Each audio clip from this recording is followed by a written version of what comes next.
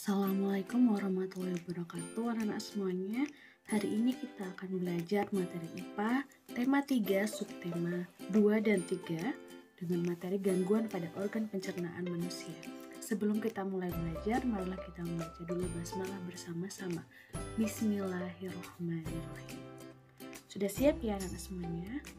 Nah, apa yang akan kita pelajari hari ini? Yang pertama, kita akan belajar KD 3.3, yaitu memahami gangguan pada organ pencernaan manusia dan juga cara menjaganya.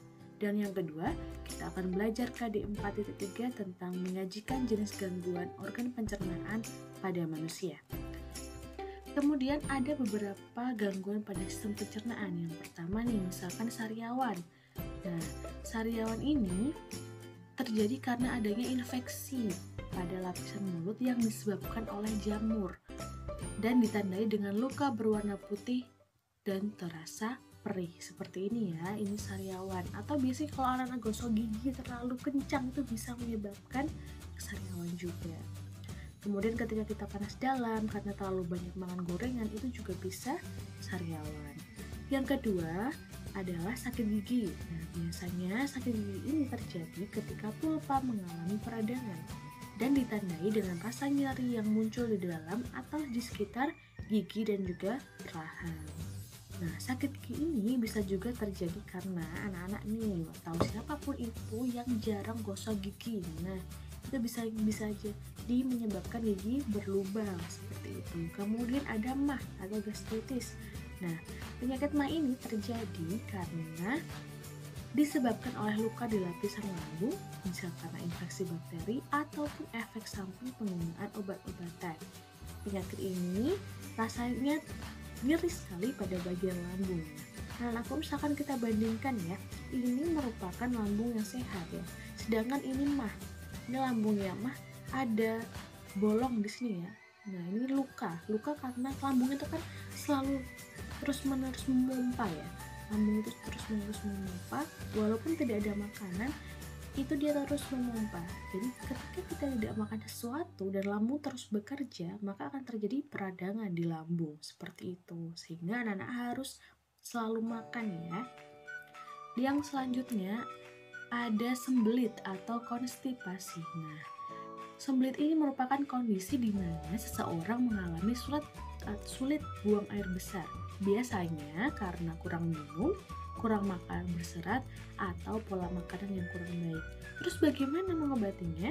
Dengan meningkatkan konsumsi makanan berserat dan juga banyak minum air putih secara dan berolahraga secara teratur.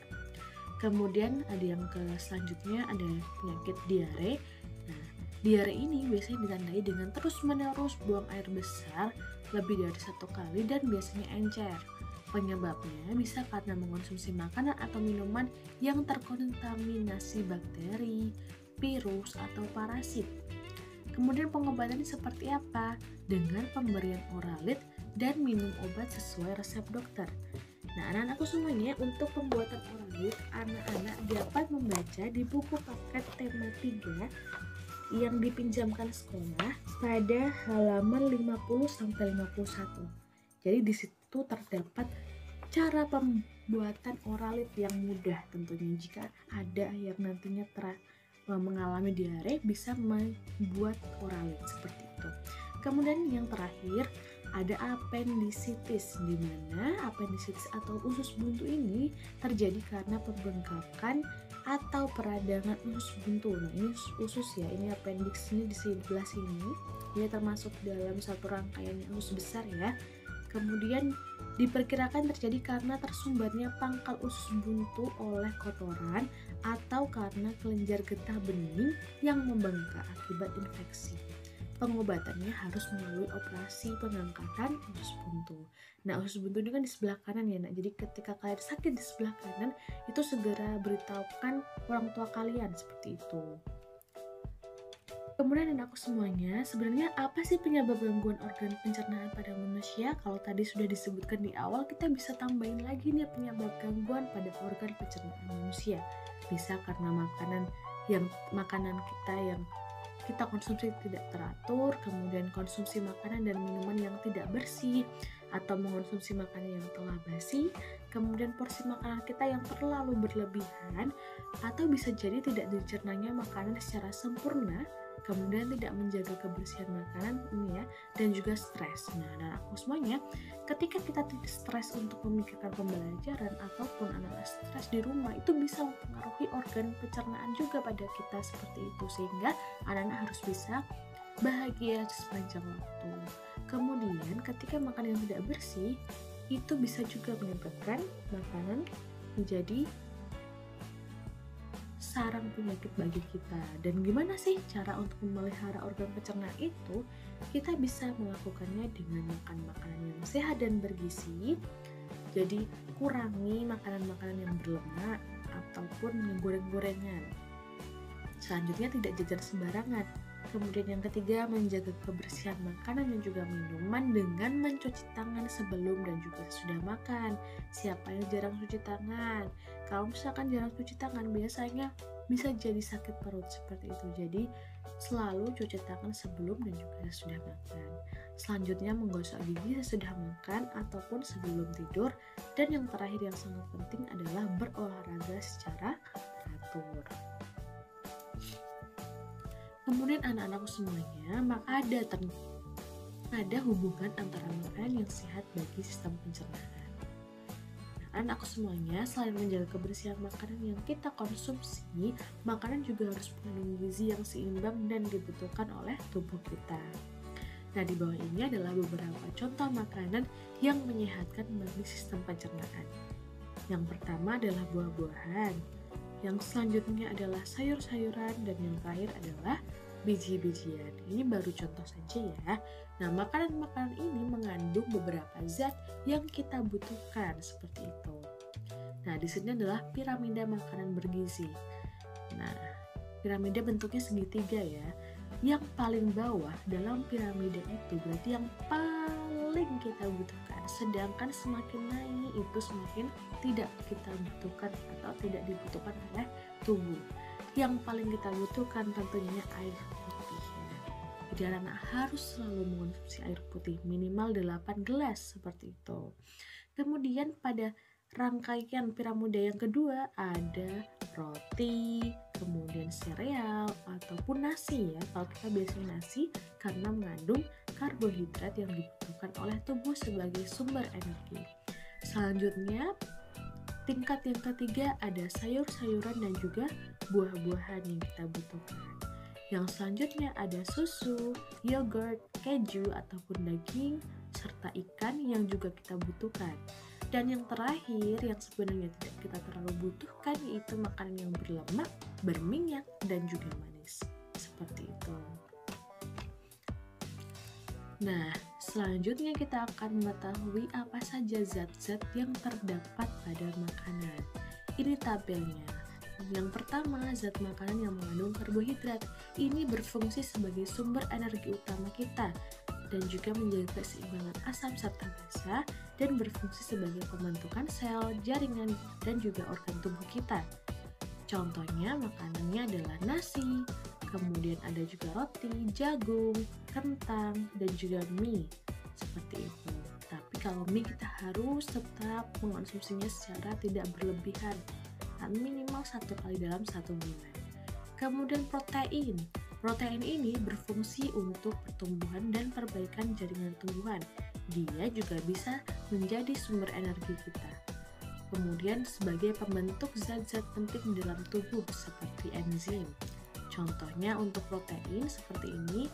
Nah, protein ini dibagi menjadi 2, yaitu protein hewani yang berasal dari hewan seperti daging, keju, susu, dan juga protein nabati yang berasal dari tumbuhan seperti kacang-kacangan atau biji-bijian dan juga sayur-sayuran. Kemudian yang ketiga ada zat makanan dari lemak yang berfungsi juga sebagai sumber energi tapi tidak utama, dan dia berfungsi sebagai pelarut vitamin A, D, E, dan K serta melindungi organ tubuh kita. Contoh makan lemak itu seperti ini daging-dagingan, telur, keju, susu itu mengandung lemak. Selanjutnya air, ini piramida yang pertama ya, yang paling yang kita butuhkan. Nah, air ini sebagai pelarut beberapa jenis makanan menjaga ketekanan osmotik dalam sel, dan juga mengangkut makanan ke jaringan tubuh kita. Yang terakhir, zat makanan kita yaitu mineral, di mana dia berfungsi sebagai pengaktif reaksi yang dikatalis oleh enzim, memperkuat tulang dan gigi, kemudian bertanggung jawab dalam kontraksi otot, misalkan pada sayur-sayuran maupun buah-buahan. Yang terakhir lagi, zat makanan itu ada vitamin ya. Vitamin itu ada banyak sekali jenisnya, tapi yang perlu anak-anak ketahui adalah vitamin K, E, D, dan A, atau kalau dari bawah vitamin adik ya. Nah, vitamin K ini berfungsi dalam proses pembekuan darah dan biasanya bisa ditemukan dalam sayuran hijau, teh, umbi-umbian, biji, dan juga telur. Kemudian vitamin E itu berfungsi sebagai antioksidan yang bisa kita temukan pada minyak nabati, biji kacang, dan juga yang lainnya. Kemudian vitamin D, dia berfungsi untuk menguatkan tulang dan gigi, di mana bisa kita temukan dalam susu, kuning telur, minyak ikan, susu kedelai, dan lain sebagainya. Serta ada vitamin A yang berfungsi dalam penglihatan ya.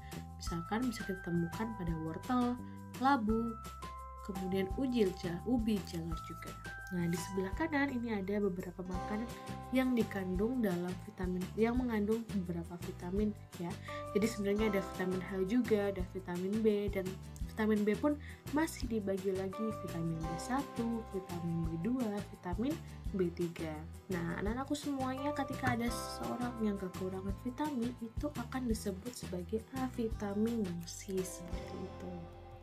Selanjutnya, nah, bagaimana sih cara kita mengetahui apa makanan yang berbahaya bagi kesehatan kita? Yang pertama adalah makanan yang sudah ditumbuhi jamur atau dihinggapi lalat. Kemudian dia sudah berubah warna, misalkan tadinya apel nih yang warnanya merah, tiba-tiba kok ada kecoklatannya, jadi jangan dimakan. Atau roti yang tadinya warna putih, kemudian juga ada warna hijau-hijaunya, itu jangan dimakan. Sudah membusuk, kemudian sudah lewat batas kadaluarsa. Nah, anak ketika membeli makanan yang ada kemasannya, pastikan ada tanggal kadaluarsanya, dan juga kalian harus cek tanggal kadaluarsanya. Makanan yang disimpan dalam wadah yang sudah berkarat itu kalian jangan dimakan. Kemudian makanan yang sudah dicemari hewan, misalkan lalat tadi ya, kalau misalkan kadang kita temukan di pinggir jalan itu kan ada makanan yang dihinggapi lalat, atau mungkin ada dipatok ayam seperti itu ya, itu tidak perlu dimakan ya. Dan makanan yang mengandung bahan kimia berbahaya, hati-hati ketika anak-anak beli minuman itu, karena kayak seperti boba dan lain-lain itu jika dikonsumsi terlalu banyak itu akan merusak tubuh kita, sehingga anak harus mengurangi minum-minuman seperti itu. Nah, penugasan hari ini apa ya? Silakan anak-anak untuk menuliskan di buku tulismu, buatlah tabel seperti yang sudah ditampilkan di layar dengan mencari penyakit minimal 5 jenis yang berbeda ya. Penyakitnya nggak boleh sama dengan yang sudah ibu tampilkan. Jadi penyakit yang berbeda dari yang sudah Bu Vivi tampilkan. Baik anak-anak, untuk hari ini cukup sekian dulu. Mohon maaf jika ada kekurangan. Marilah kita membaca hamdalah bersama-sama. Alhamdulillahirabbil alamin. Tetap jaga kesehatan, jaga kewarasan jiwa supaya tidak terkena penyakit organ pencernaan seperti itu. Ibu pamit. Wassalamualaikum warahmatullahi wabarakatuh.